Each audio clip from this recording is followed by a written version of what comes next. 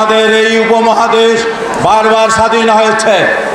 যারা শাসন করেছেন তারা শাসক ছিল না, শোষক ছিল।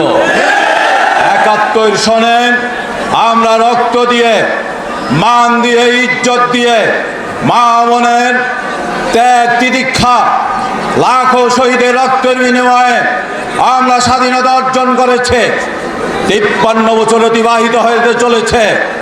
এই ৫৩ বছরে আমাদের ভোটের অধিকার প্রতিষ্ঠার জন্য, আমাদের ভাতের অধিকার প্রতিষ্ঠার জন্য, আমাদের ন্যায় বিচারের জন্য, আমাদের অর্থনৈতিক মুক্তির জন্য, স্বৈরাচার থেকে, তাদের কবল থেকে, শোষণ থেকে এই দেশবাসীকে বাঁচানোর জন্য অনেকবার গণ অভ্যুত্থান করতে হয়েছে।